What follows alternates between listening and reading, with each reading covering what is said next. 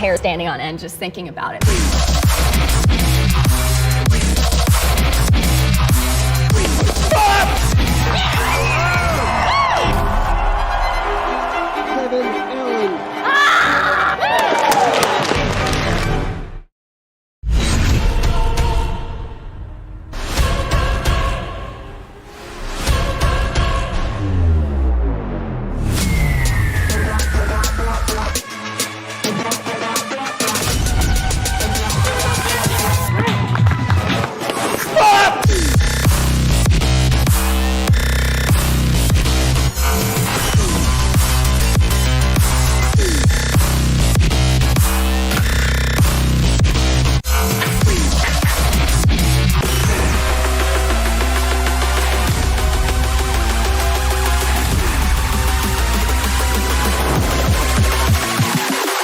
My hair is standing on end just thinking about it.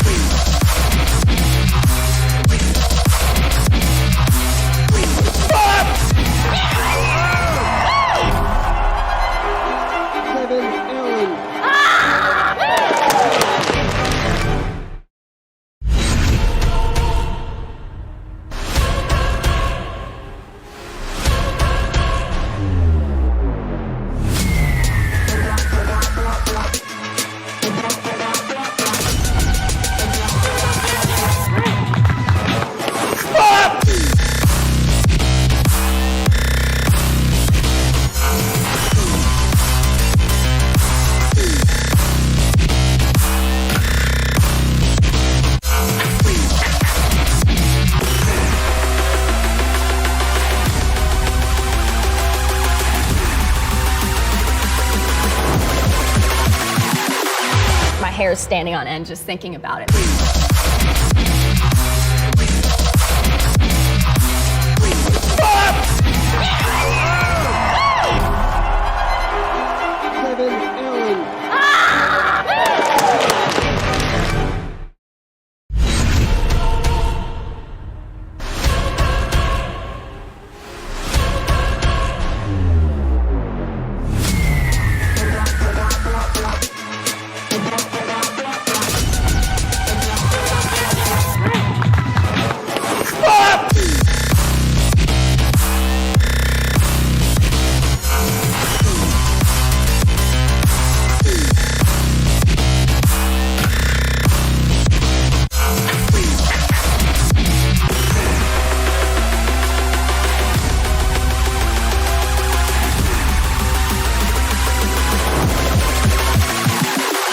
My hair.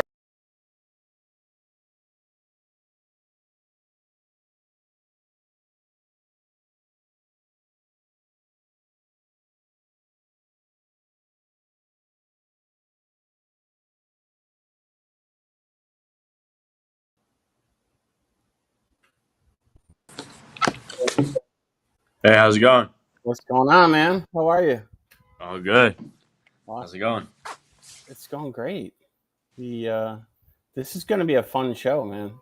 We got Sweet, yeah. not only do we have you here, Brian Bell's going to come on. And actually, they had a game earlier today, which they won again, as nice. usual. This is what they do. It was group play, right? Yeah.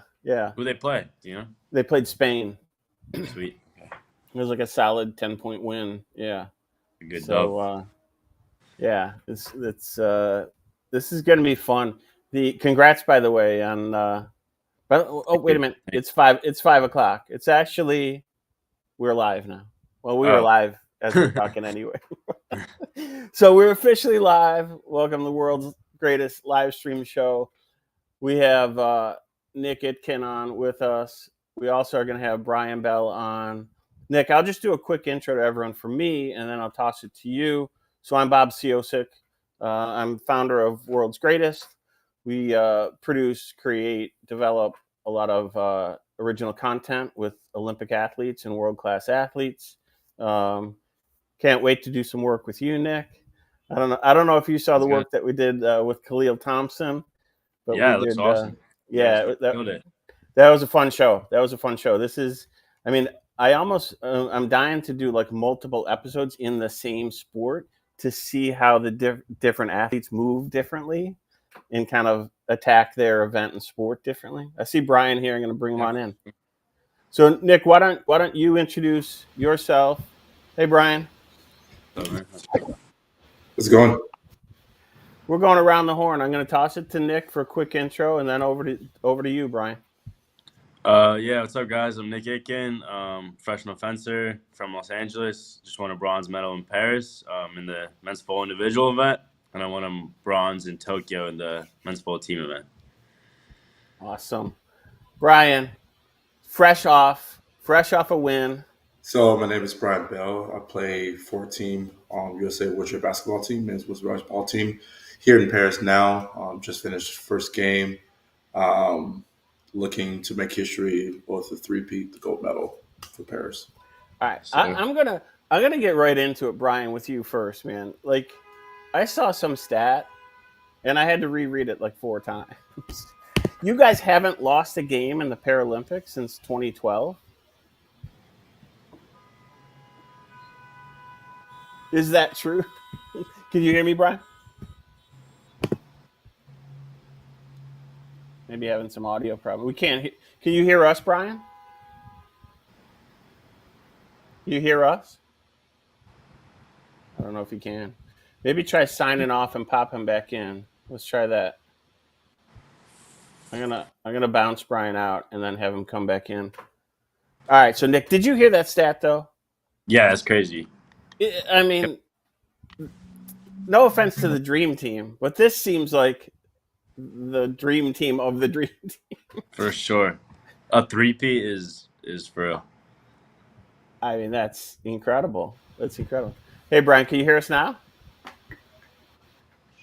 We're having some audio problems. It could be, are you on Bluetooth? No, it doesn't look like you are. We heard you when you were talking, but you can't hear us apparently. Can you see us? I don't know. Brian, can you see us at all? Maybe hit him with a message or something. Yeah, I'm gonna text him. Well, so Nick, why don't you? While we're kind of trying to fix this little hiccup, why don't you give us a rundown of what it was like for you in this Olympic Games, and let's kind of start there. And I'll try to text with Brian. Yeah, super cool experience. I mean, it was totally different than Tokyo. We had an insane crowd. We competed in Grand Palais. It was like the coolest venue I've ever competed in. So it was really exciting to just show up and like you see so many fans that like I've never competed in a venue like that. So I mean, winning a medal there was super special. Obviously, wanted a better color, but like super happy to walk away with some history. And I'll be ready to go in LA 28 in my hometown. Yeah, I mean that venue was crazy, wasn't it? I'm trying to text with Brian, but I can't. Spectacular for sure. That was I mean, it was a. I always think of location as a character in films, and that's what it felt like. Yeah, no, I mean it definitely added a lot, and France is the birthplace of fencing. So, I mean, it was like a perfect location, and all the French fans were going crazy. Like, I couldn't even hear myself think. So really, yeah. Hey, Brian, I'll try again. Can you hear us at all? Maybe I'll get hit in this ask a question. Bro. Yeah, let's see if we can drop it in the chat.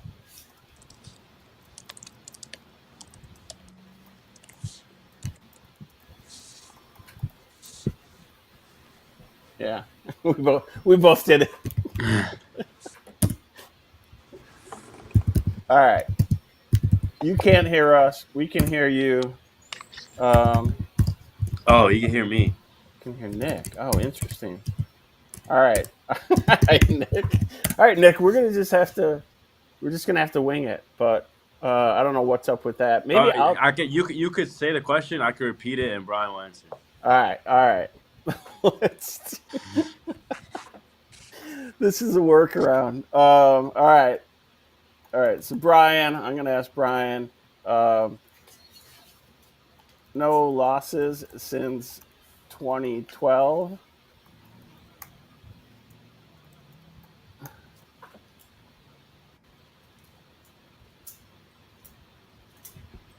Let's see. I'll just say talk about that. It's Yeah. weird. So in the Paralympic level, yeah, no losses. We did have like one pool play loss against Great Britain in Tokyo. That we kind of put like an asterisk by because it was like a potential non-foul call that didn't get called in pool play. But again, ultimately we won the whole thing in Tokyo. But for the Paralympics, yeah, I think we're pretty much won all the games besides that one. And then we've lost a few games here and there, like at Worlds last year. We won Worlds, but we lost to Great Britain in pool play again. So I do have a few losses, but majority all wins. Hey Nick, I'm gonna try to bounce out and then come back in, and we'll see if that solves me with Brian. Sounds good. In the meantime, I'm tossing it over to you for 20 seconds. For sure. Congrats on the dub today, bro. Appreciate it. Who's like the toughest opponent, you think? Is it Great Britain? Yeah, it would be Great Britain for sure. They're kind of the kind of mirror image of us a little bit, so they kind of play like our style. So it's kind of hard to play against yourselves. It's kind of how we do in practice too. It's always challenging to play against ourselves. So it's usually a good game when we play them.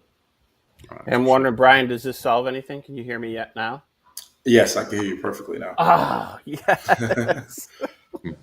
Yes. So, Brian, I was watching some of the highlights today, and I mean, first of all, like, I haven't watched wheelchair basketball since the last Olympics, and I forgot how physical it is. Yes, very much so. I don't Very know if physical. people realize that. So, and just from my quick take, I don't know. You play kind of maybe a little more physical style. You personally, I don't Yeah, know. a little bit at times. At times. So, talk to us a little bit more about kind of like some of the rules and how that physical play is allowed and why, and just give us kind of an inside scoop on what makes wheelchair basketball a little different and a little more interesting. Yeah, definitely. Not a lot of different rules in wheelchair basketball compared to like the Olympic side. Of course, the big difference, we're in the chairs, they're on their feet. There's a dribbling rule, so for every 2 pushes, you have to take a dribble. There's no double dribble rule, so that's the kind of difference in that regards. Same level hoops, same level court, same level 3-point line, all that stuff is the same. For fouls wise, it's usually like really excessive, like chair contact, or like, of course, hitting on the body is considered a foul. But they do allow a lot of kind of chair contact to to be allowed, as long as it's not excessive and not trying to hurt someone or try to knock them over, things of that nature. Because it's not wheelchair rugby; it's just still basketball. So, but yeah, other than that, everything's pretty much the same. And then it's the same thing, right? There's no pushing off. You can't like push off and kind of have a fade away, and you know what I mean, right? No, you can. But it's more like you push until you're a defender and then you roll back, type of thing. So it is variations of fadeaways that you can do.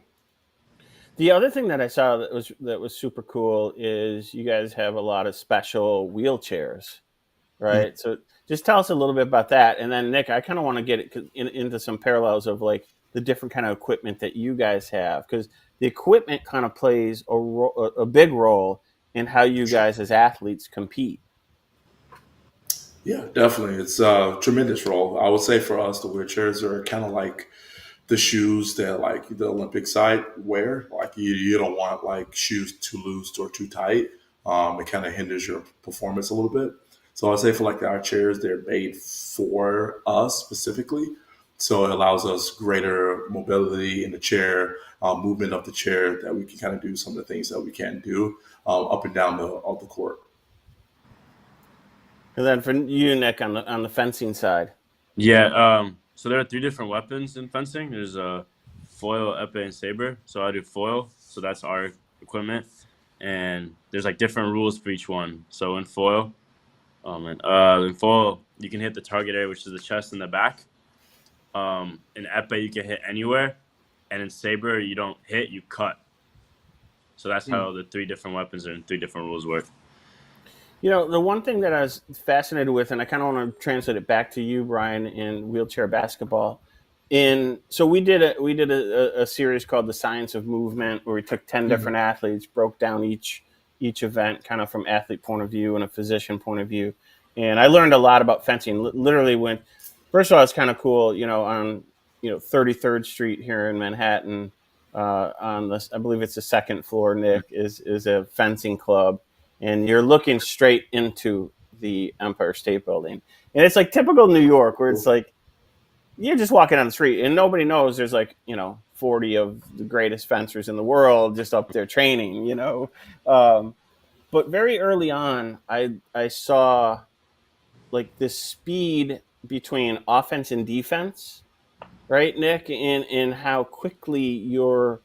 So talk about that a little bit, and I want to hear how Brian talks about it once you hear fencing and how wheelchair basketball, the offense, defense, kind of pulling defenders into areas they don't want to be in and stuff like that. But Nick, I'll let you go first. It's a super quick sport. I believe it's the second fastest movement after the gun, of the fencer's blade. But you're moving constantly up and down the strip, and it's all about finding your timing to attack. And when you do get an opponent coming at you, is being able to get out of the distance and protect yourself, which is with a parry or with a block. We're moving constantly up and down the strip and just finding the right timing to hit each other. So it is a really quick sport, and you have to be able to adapt quickly and figure out what your opponent's going to do and get ready for the next touch. And it's a quick bout, so you can't let that slip up. And Brian, how about on your side? Yeah, I would say that you kind of have that as well on our side in terms of kind of reading and reacting. We don't have that lateral movement, so you have to kind of find ways to kind of get to the hoop more efficiently. So that's using other players to pick, screen, seal, do all those type of things. So it's finding the right time to attack in certain waves. Because if on the other side they have to jump a shooter, then they picked out, and then someone comes over to help, and they kind of sets off that chain reaction. And then you have to time it that you can do a 2-on-1 with another player on the opposite side to get close to the basket. So it's a lot of different kind of read and react type of actions. Once the defenders jump, the other side making that reaction to kind of capitalize on that number superiority on the offside.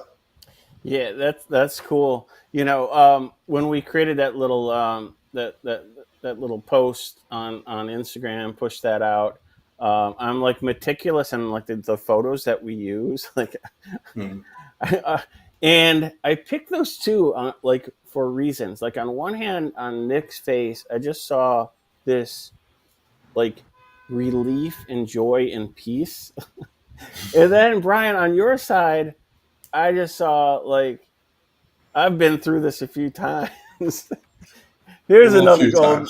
Here's another gold medal. But so talk to me about that feeling, what you guys are thinking and feeling in that moment that you're on that medal stand or that the medal is put around your neck. Talk to me about that. Yeah. It's always a surreal moment. Even if you put in all the hard work, you're doing as much as you can for the team to accomplish a goal. Even once you get to that final accomplishing that final goal and get to the podium, and then you're with your brothers, your teammates, and getting more. It's just an amazing feeling. You can't really replicate it. And I don't take it for granted. I try to work as hard as I can for them because it's a team sport. So you're only as strong as your weakest link. So if one guy on the team is slacking, lacking, the other team can export that and take advantage of it. And a lot of us as players, that's kind of the reason why we've been so successful is that we don't take that stuff for advantage. Because we know that even though we've won, in the past, it doesn't mean that other team's just gonna roll over and give it to you. You're still gonna have to fight for it, and if you look back from back when we won the first time to now, a lot of teams have caught up and gotten a lot stronger. So it has gotten a lot harder and more challenging to continue to concede. So we have to keep working and striving to improve on every little aspect that we can to improve. But yeah, it's always an amazing feeling just being on the podium, winning any type of medal. Of course, winning gold for sure, but just being able to show the results of all your hard work for that 4 years leading up into games. And then Nick, how was it different for you, kind of that team medal and then the individual medal this time? Yeah.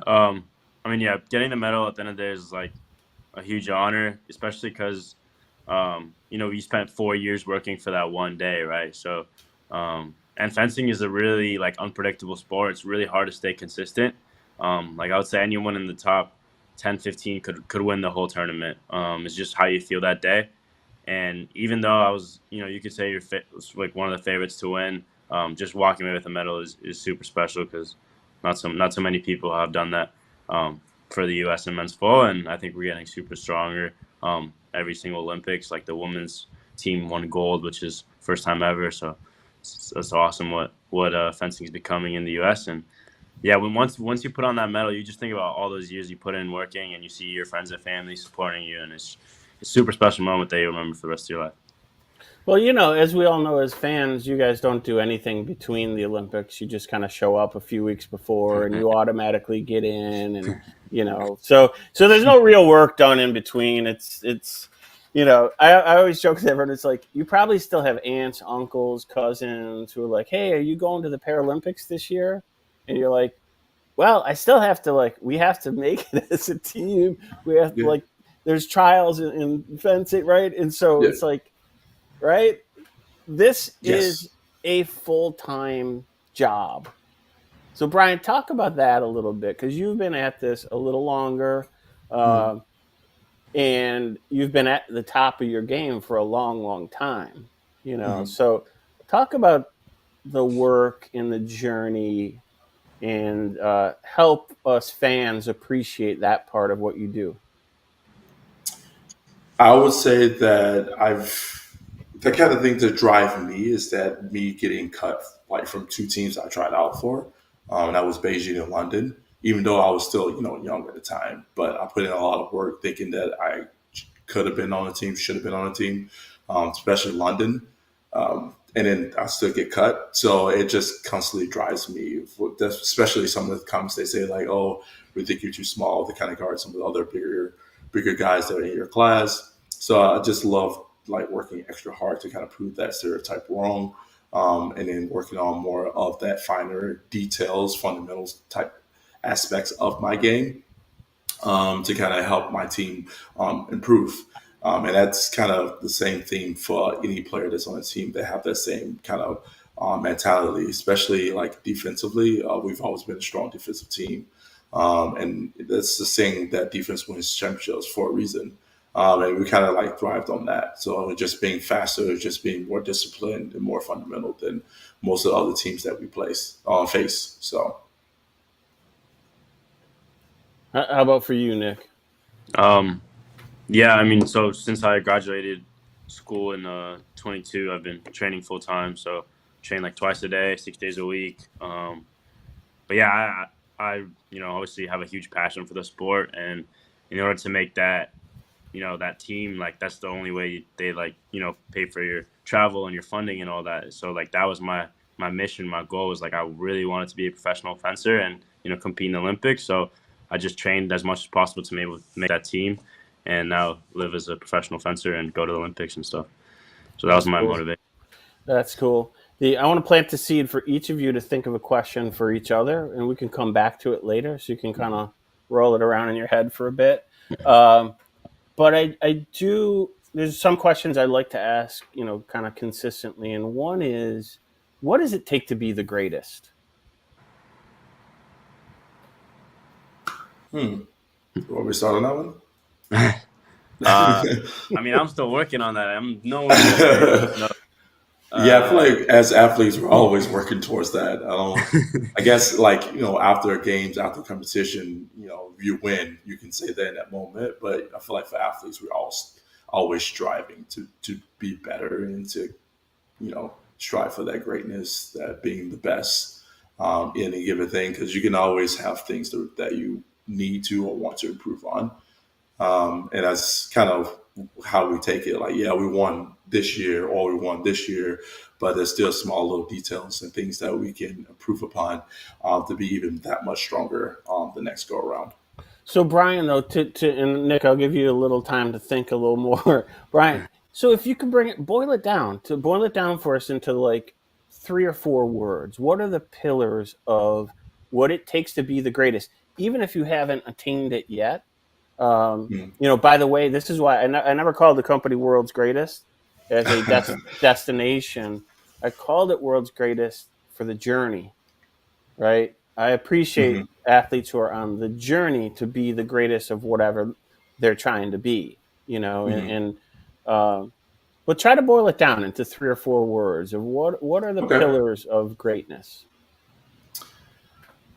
I would say it depends on person to person, but I say for me, it would be just the constant work at your craft, and then the fundamentals.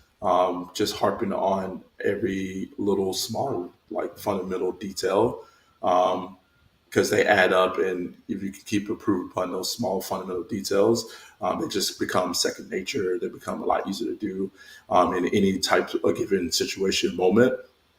And I would then say support for the last one, support for coaches, support for athletic trainers, sports psych, all those different things that allow you to maximize your potential to achieve that goal. Yeah, I think us as athletes, like you said, like we're always trying to achieve that greatness. So we're always very like nitpicking small stuff, and we're always like trying to make that, like that be a perfectionist in our craft.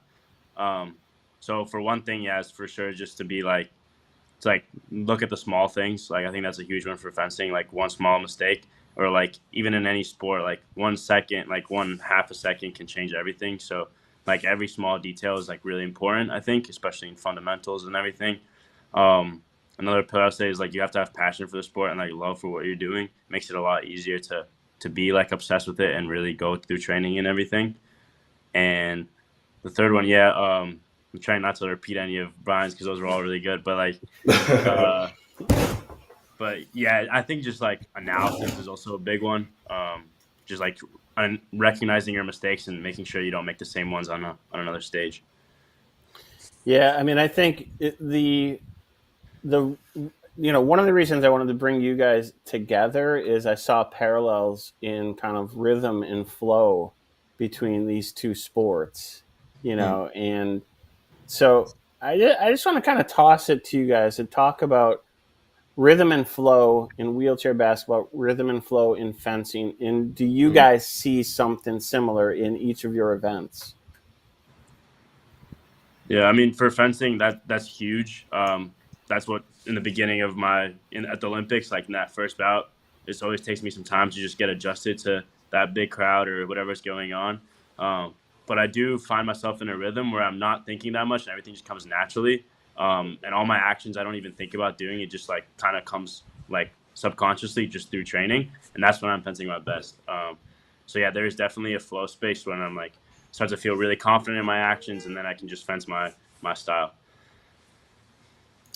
Yeah, I would say there's a really, really huge like kind of rhythm and flow for our sport, because our sport kind of goes up and down in waves in terms of like you can perform well, 3 or 4 or 5 plays in a row, but then of course make a mistake here, miss a shot here. So there's a lot of ups and downs. You try to minimize the downs and try to maximize the ups, of course. But I would say that you do like start off like more just trying to feel the opponents and see how the best play against them, how to best get your best shot. And that's usually what our first lineup does, is just kind of showing the other players on the bench, like, oh, this player moves this particular way, or this is how they get the best opportunity, the best shot. And then our starting lineup, which is our most experienced lineup, is able to kind of exploit that a lot easier. And then our teammates, as they come in sub on, they're able to utilize that information and take it as well. But for our experienced guys, I started a lineup. It becomes very easily and natural. I like to put people in spots to succeed. So I normally play with like one particular guy on the offside, and we just know what each other are doing in a given moment without necessarily have to like speak it. So a lot of that kind of goes into factors as well, just being comfortable and used to playing with certain people, and having it come so natural and easily. So then you can kind of maximize those ups rather than those downs. Yeah, that's kind of cool to hear. Like the idea that you're actually showing some of the other players on the bench, where the kind of weaknesses or strengths might be in the other team, which is that's pretty cool. So I got this question that I do, and I'm pulling out my stopwatch. I don't know if you guys saw any of our other episodes, but I'd like to ask this question. I'm gonna start with Nick. So then, Brian, you're gonna have a little head start on your version. Okay, perfect. So Nick, give me your life story in 60 seconds. Ready? Oh, wow. Go. Okay, so my parents are from Ukraine. My father used to fence for Ukraine, and my mother did rhythm gymnastics. And he came over here, opened up a fencing club, and I started coaching me when I was a little kid. I would just go from school to fencing every day, and then eventually I would like watch my dad work all the time. And eventually I was like, all right, I want to try this. I want to start, putting on a mask and start stabbing people. And then, fell in love.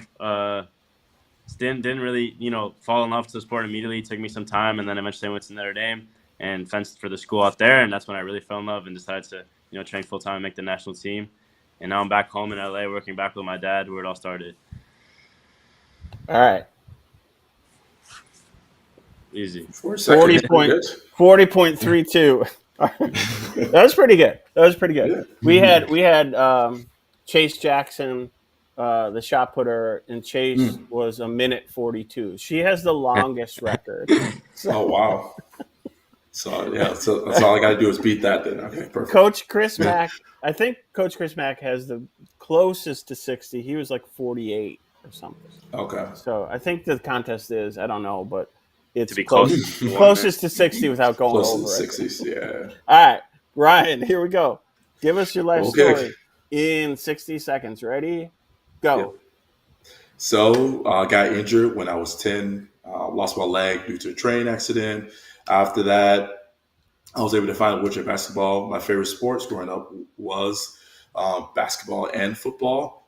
Football being main because I'm from Alabama. University of Alabama was kind of one of my main colleges that I love watching. But after I got injured, there was no football athletic or after sport, so gravitated towards basketball. Fell in love with it, was able to play that in high school. Got recruited to University of Illinois, so I moved to the Midwest to play for their wheelchair basketball team there. I had a really passion that I wanted to like make a national team, so then I decided that I would take time off for the school part after 3 years and then move overseas to Europe where I can play professional wheelchair basketball. So I did that for 9 years total, 4 years in Italy and 5 years in Germany. Within that time span, I, of course, won 2 gold medals, one in Rio, one in Tokyo. And then now I'm at my third games, 1 game in, trying to get a third. All right. Minute 12. Minute 12. Not bad. It's not a minute 40, so I'll take it. Yeah, I think if we average your two out, it'd probably be the closest to 60. All right. So have you guys thought of some questions now that we know each other a little bit more through asking about your life story? Do you guys have any questions? Are you ready to kind of ask a question to each other? Or I've one that's like pretty boring. You probably answer this all the time, but can you explain? Because I know that there's like who's allowed to be on the court at a certain time, right? Mm-hmm. Like, can you explain how that works? Like different abilities, right? Yeah, so yeah, there's like a classification system that most people don't know about it. So we don't have like positions per se. So we don't have like a center, power forward, shooting, like all that. So we have more classification on disability. So it's based off your function. So me, I'm only or right below the knee amputee. So I pretty much have like all of my functions. Like if I really wanted to, I can, go play stand up basketball and run up and down. It'd be exhausting, but I could do it. So that's the highest function. And then it kind of goes all steadily down from there, all the way down to a 1-0. So basically, four fives, basically usually amputees that can walk around like myself. Once you get to 3 5s, 3-0s, there's usually more like spinal cord injuries that have a lower paralyzed, like more like lap area down. So they have a lot of their trunk function and able to kind of rotate and twist.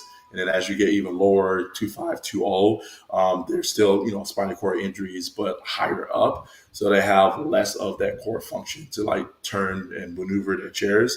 And then 1.5 and then 1.0 are like the more disabled of the bunch. So they're more disabled higher up. So it's usually like high, like chest area down. And they have like the least function. And then the classification system is a 4-point system. So the coaches kind of have to have more of a strategic mindset of like how many points or a combination of players that equal in total that 14 points is the best for the team to play on the court to get the job done. So there's a lot of different combinations, different point systems in that kind of help. So I don't know if that explained it well enough that you can get it. So Yeah, no, for sure. So you're saying, Brian, so is there kind of that overall point system based on the total of the guys on the court? yeah, Right? so like you have to equal to 14. So Got it. between those 5 guys, you have to put between disabilities on a combination of 14 points. I don't know if you guys think of it this way. This sounds more logical than regular basketball.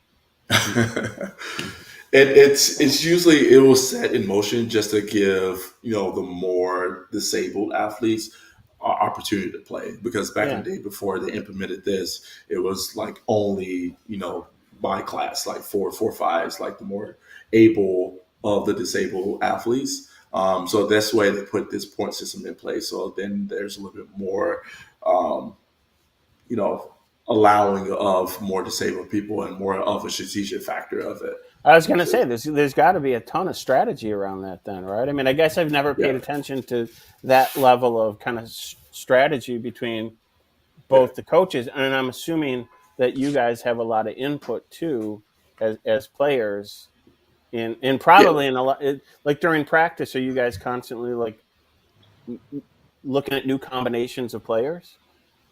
Yeah, like we can like a bunch of like we have like a few main lineups, and then from those main lineups, you can slip in people that are similar classes. You can take out like me, and then like one, and then put in like mid class players. So it's a lot of kind of like taking out here, replacing here with the same amount of points, but like 2 people that are like 2.5s or 3.0s rather than like me 4.5 and then like a 1.5. So there's a lot of mixed matching here on there, but just being able to maximize the talent that we have in their position and putting the right 5 out there in a given moment. It's interesting. Yeah, that's super cool. Do you have a question ready for Nick? Because I got one if you're not ready. I watch a lot of other fencing, especially Tokyo, and especially this go around because Awesome. we met and know a lot of the fencers like Lee. We met her. I know her. She's from the San Francisco area, so I know of her and met her.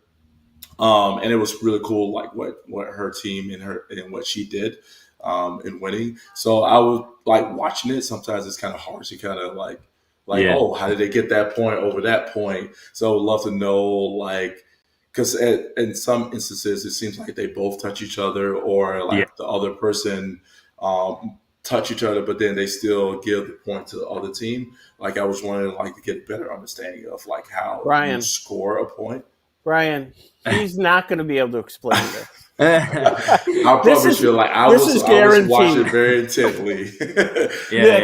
I saw when we were shooting with Khalil, I saw so many arguments at practice. Oh, I believe it. So yeah, please explain this, Nick. Yeah, that's definitely our problem. Is I guess the spectators don't really know whose point it is and stuff. Yeah. But wait, so you were from the Bay? You said earlier because that's how you know Lee. I live there right now. Yeah. So Okay, I live there now, and then I met her and her husband who on the team. Yeah, cool. Sweet. Yeah, sweet, cool. Yeah, we train a lot in Tokyo. But yeah, so there's 3 weapons. So the one that I did is called foil. So that's what the target area is, the chest and the back, the one that Lee and Garrick does. So if we hit the lame, the electric vest, we'll get a green or a red light, like a color light. That means we hit the target area and we would get a point. And then if we hit the legs or the arm, it's a white light. So you don't get a point for that. So if 2 lights go on at the same time, that's when the ref decides whose point it is. And basically it starts with like who starts their action first. So if I'm lunging first and then you hit me, then it would be my point. Or if who hit the blade last. So if I'm lunging at you and you hit my blade and hit me, then it would be your point.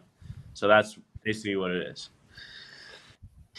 The thing that confused me was all that kind of who's got priority, all that. Yeah, so sometimes it's very hard to see like who starts first. Because also like if you hold your arm back too much, then that's not called an attack. Then it's called like your preparation. It's not like you're starting your attack.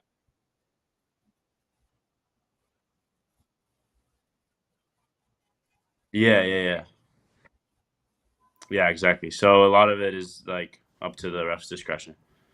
One of the things that fascinated me, Nick, about fencing and just shooting it, which had its own, each episode that we shot, it had its own problems to deal with, and it was almost like, oh God, now we're doing swimming. What are we going to do for this? Like it was like every episode was like a new set of problems, and but the speed that you guys move is one thing. The constant pressure is the thing that I became fascinated with, right? So this intense, basically like constant awareness that's like hyper, like I would say to the doctor who was on the show, I'm like, this guy has a spear in front of him. Mm-hmm. It's not like he has like pillows on his hands or something. Like, so it's a weapon and they're trying to attack you. So this talk about, Nick, that idea of like the constant hyper awareness that you have to be and how exhausting that is. Yeah, for sure. Yeah, but like if you go lose a few points, then it can cost you the whole bout. So you definitely want to focus. You have to know kind of an idea of what you want to do before the ref says fence even. So even if you lose the touch, you can't let that get to the next one because it's a quick bout. Especially in tournaments, it's just 1 time to 15, and if you start down in the beginning a few points, it's difficult to get back sometimes. So that's the hardest part of fencing is just being consistent in your results, is because it's a quick bout and you lose a few points in the beginning and then you're playing comeback the whole game, and it's just staying focused on each touch because you can't let one lead to the next. I got a question for both you guys. So all the work, all the talent to begin with, right? I mean, if you don't have the talent, that's kind of a non-starter, right? The talent plus the work plus the intensity plus the drive. How do you harness all of that for one moment on the biggest stage? And it's a little bit different, I know, as you're kind of going through rounds, right, and all that. But how do you harness those great plays, that one great point, Nick, that like, how do you harness it when you need it the most? This is the one thing I'm obsessed with, and with it when we talk to athletes. Like, how do you do that? I think it's all in your training, honestly. I think you've trained so much that moment comes natural for you. you kind of mimic that exact moment through training and through all our World Cups and World Championships. So when that moment happens in the biggest stage, you don't think of it as any other different moment. You think of it as something that you've been comfortable in this moment before, so that you're ready for that moment. I think confidence is something that you build through training. When I haven't been training well or fencing well, that's when I show up to tournaments pretty nervous because I don't know how I'm gonna, fence. So that's when I feel the most confidence, when I'm training at my best and competing a lot.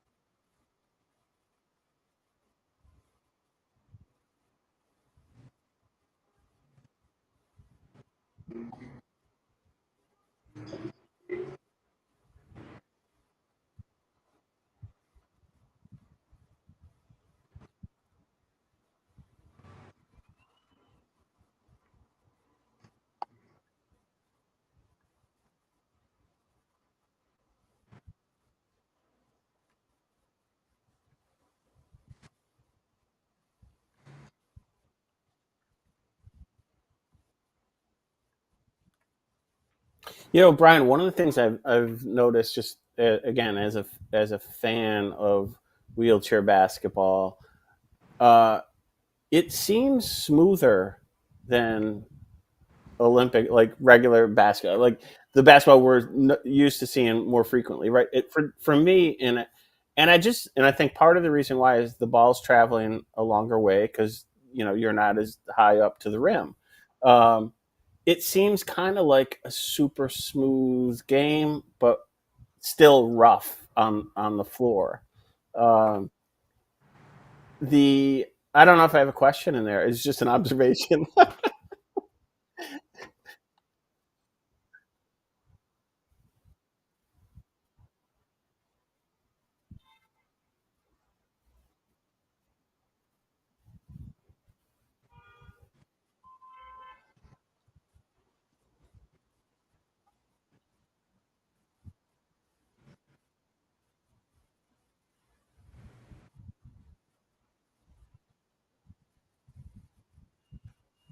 Hey Nick, I'm super curious. How do you work with your dad every day? Yeah, it's not easy, honestly. We argue a lot, actually. So, You but don't I live know, with them, do you? not anymore. But Okay, but yeah, that just might be too um, much. yeah, we argue a lot, but we obviously know it's like for the best. Like when I look back and I see him like cheering for me, he wants it even more than me sometimes. So it's just that extra motivation. Like when I won the medal, like and I see him, being so excited is super special. So yeah, I know he wants what's best for me. So that's the extra motivation that I need. Yeah, and there's got to be a little that he knows you better than any other coach could know you as an athlete, right? I mean, Hmm. so Yeah, for that sure. that has to play some role too, doesn't it? Yeah, for sure. Yeah, I'm lucky that I've worked with a good amount of coaches throughout my years, and yeah, it's good to know to be with some like my father who even through arguments and everything like I'll explain to him like other stuff that I've learned from other coaches, and he can all adapt it into one. So it's cool. That's super cool. I want to talk a little bit about the importance in the Paralympic sports world, the importance of a kind of grassroots um, way for young athletes to get involved because it's there. The system's there for a lot of other sports via college, right?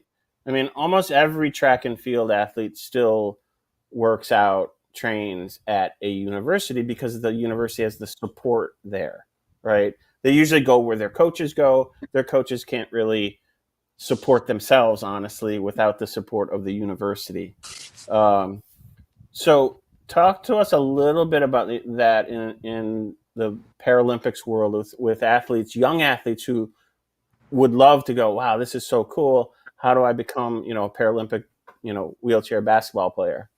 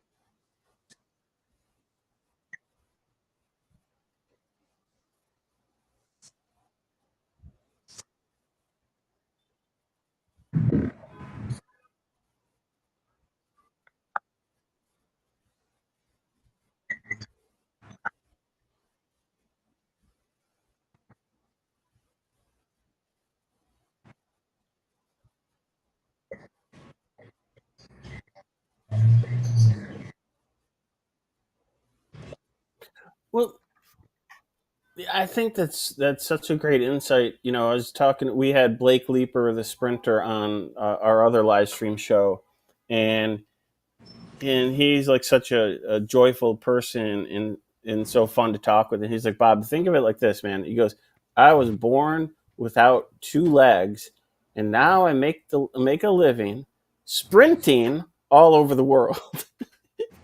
He goes, Incredible. if I can do that, anyone can do anything. Like, I was like, oh my God, that's such a cool example, right? I mean, it shows like whether you're born with some disability or, in your case, it happened to you, right?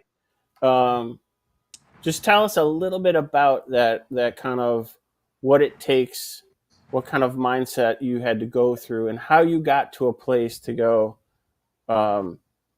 this is the best version of me. This is what I want to do. And kind of you're achieving greatness year in and year out now.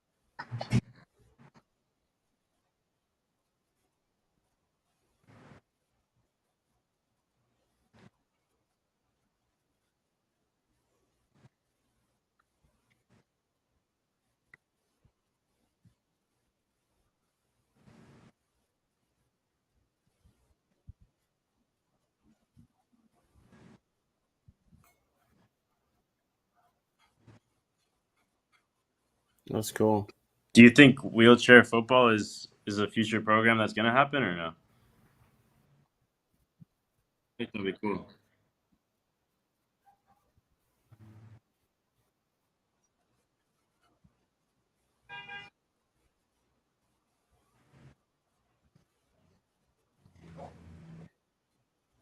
Yeah, that'd be sick. That'd be cool. Very cool. So Nick, I'm going to start with you.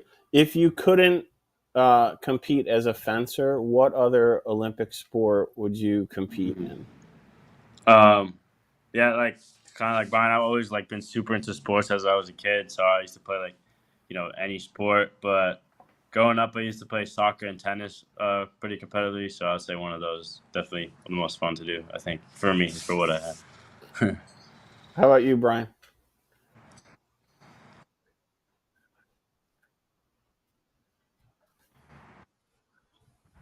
What if no? I'm going to limit.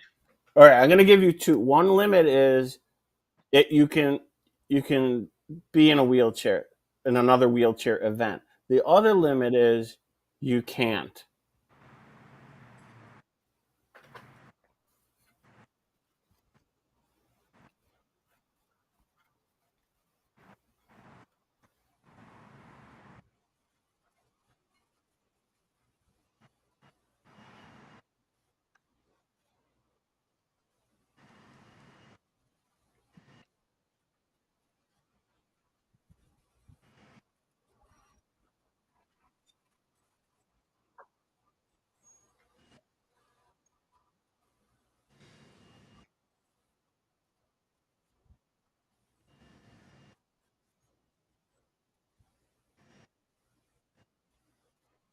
Would you go long jump? Would you go short sprint? What do you think?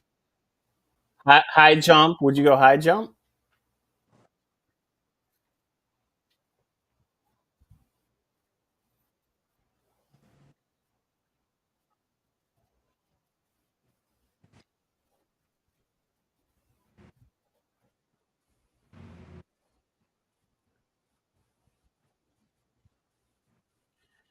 Yeah, we in our other live stream show, Devin Allen hosted a lot with me in the last two rounds of it, the 110-meter hurdler, and Devin is like, he's like, I'm gonna really throw a twist to this one because he's like, I'm going winter.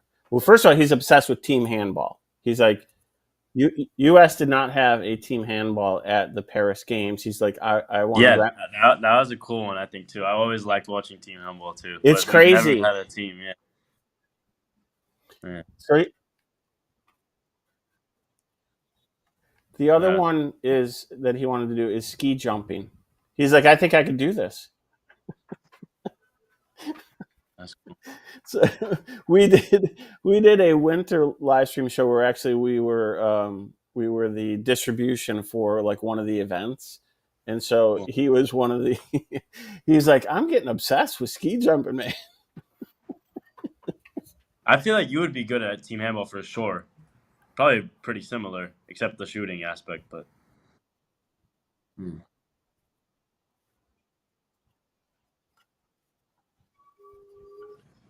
Yeah.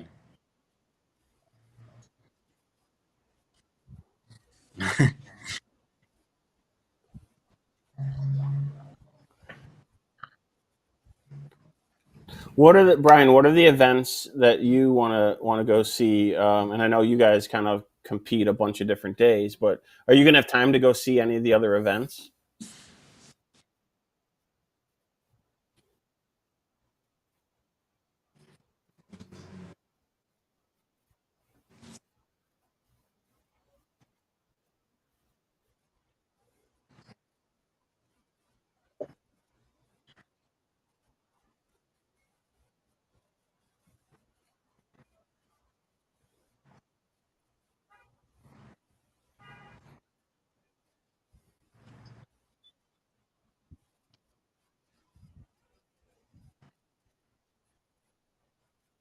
Mm.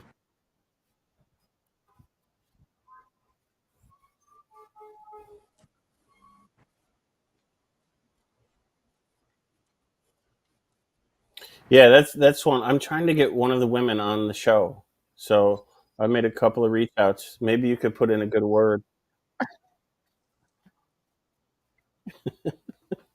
Nick, how about you? How about you? What did you go see a bunch of other events? Yeah. I watched skateboarding.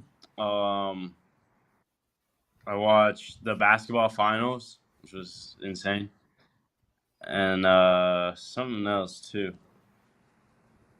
I'm missing one. Oh, beach volleyball in front of the Eiffel Tower. That's Yeah, another yeah. good one. So what is? Somehow we only have 5 minutes left. 嗯 And I know we had some technical difficulties up front, but We actually got through it pretty smoothly, I thought.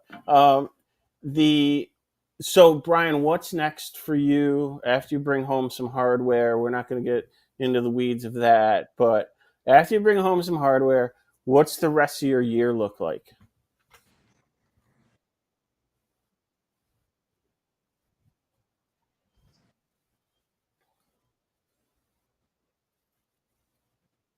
Hmm.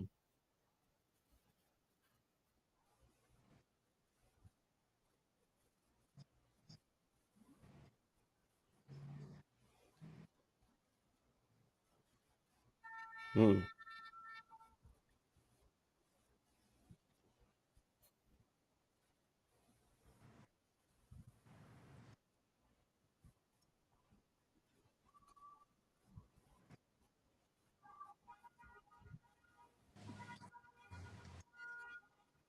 Wow.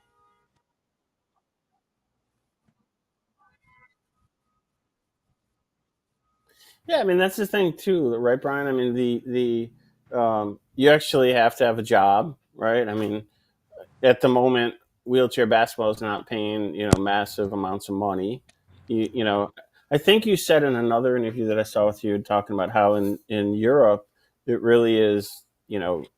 There's like sponsors for teams, and it sounds like there's a lot more money in Europe around the sport.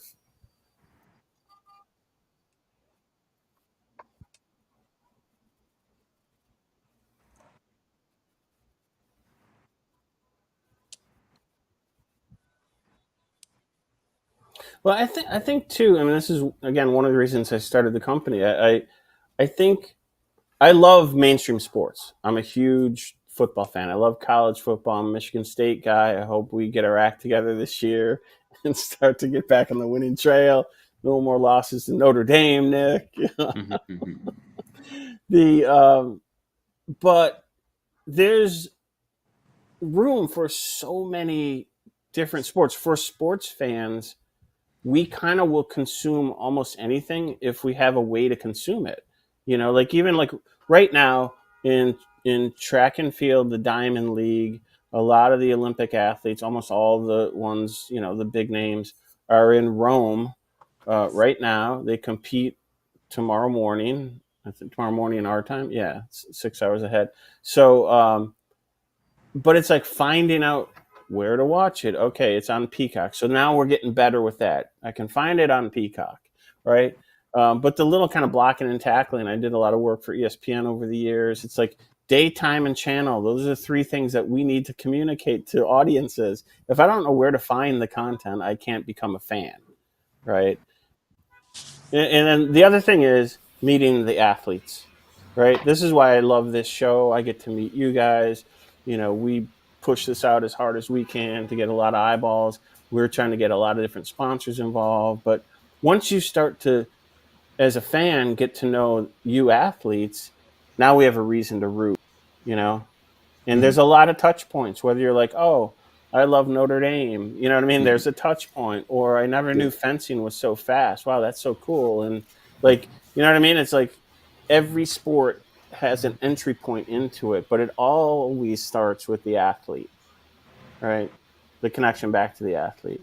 Like, so Nick, what does your rest of your year look like? Yeah, I'm mostly gonna take some time off, but not too much because our season starts really early. So, my first World Cup's already in like November.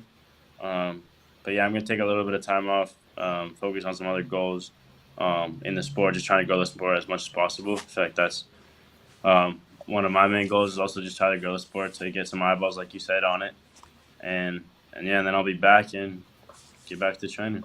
Yeah, I mean that's why I do love bringing together athletes from different sports too. I think there's crossovers between audiences of different sports. People might not think of fencing as like a really kind of widely followed sport, but it's about we have this kind of research tool that we use. It's about 12% of the total sports fans are interested in fencing, but they're a rabid 12%. So these are fans that love the sport of fencing, and so that's what we try to find out. Who are those fans? What are their other interests, and how to bring together, right? So wheelchair basketball fans, they're number one other sport they love is not NBA basketball. It's actually the NFL. So again, if you know Pretty these fair. things, there's a way to kind of maybe shape some of the storytelling to fit more of that fan's interest. But yeah, it's late. It's late in Paris. So Just even though you're a night owl like me, Brian, we're, we'll let you go. But before we go, like a little housekeeping on my end, and then I'll let you guys do some shout outs. So World's Greatest, if you want to follow us, you've been seeing the little banner down below that if you're here live in it, you can click on those banners and go straight to those links. But big shout out to Vizio. If you have a Vizio TV, you can find World's Greatest content there. Also Curiosity Stream, which is like a sports science documentary streamer. But we've also got into now Apple TV. If you search The Science of Movement on Apple TV, you'll find us. And on just a few days ago, Prime Video. So if you search The Science of Movement on Prime Video, you'll be able to watch our content there. And of course, our YouTube channel has pretty much everything other than our short form content. But Nick, I'll toss it to you for some shout outs, whether it's brands or organizations or people or brands that you want to get as sponsors. You can shout out them too. It's not too bad. I'm here to hang out with you guys. So I like what you guys are doing, trying to grow our sport. That's what we need. Cool. How about you, Brian? What shout outs you want to make? I would just say probably my NGB, by National Wheelchair Basketball Association, so NWBA. Just reaching out, researching, looking up that organization and how you can get involved or even go watch anything related to wheelchair basketball, or the IWBF, which is the International Wheelchair Basketball Federation, for anything international, Europe, at the games, any of those type of stuff. Yeah, and for everyone out there should be following Nick and Brian. You could just search their names and find them on Instagram and elsewhere. Or we on our Instagram World's Greatest team, we did like a little post there, and you guys are tagged in there. So if you want to look there, you can find Nick and Brian there as well. So Brian, great job on getting that first win. Thank you. In the bag. Now it's on to the next one. So what time, daytime and channel, where can we find the next game? So just like on Olympic side, you can watch any of the games live or replay on Peacock, of course, NBC. And then you can also go on, I think, like France.tv and be able to watch any of the games. Is your next game Friday or Saturday? Today is now Friday, so our next game Saturday. Saturday. Who are you guys playing Saturday? Do you know? So Saturday we played Netherlands. Another. Okay. All right. We'll be watching. That's group play still, right? Yep, still group play. Yep. All right. We'll Good be luck, tuning bro. in. I'm gonna be watching. Good luck. I appreciate it. All right. Good luck, Brian. Nick, thanks for coming in, man. This has been a really fun show. And tomorrow, just a quick shout out for tomorrow. Who do we have tomorrow? We have tomorrow we have Rose Hollerman. So we're sticking with wheelchair basketball, but we're still trying to lock in our another Olympian for that show. So we got like 4 that we're just trying to fit our schedule in with Rose. But it should be fun because now I know more about wheelchair basketball because of you, Brian. You do, yeah. All right, thanks, guys. Have a great night. Yeah, no problem. Hey, it was nice to meet you, Nick. Nice to meet you too.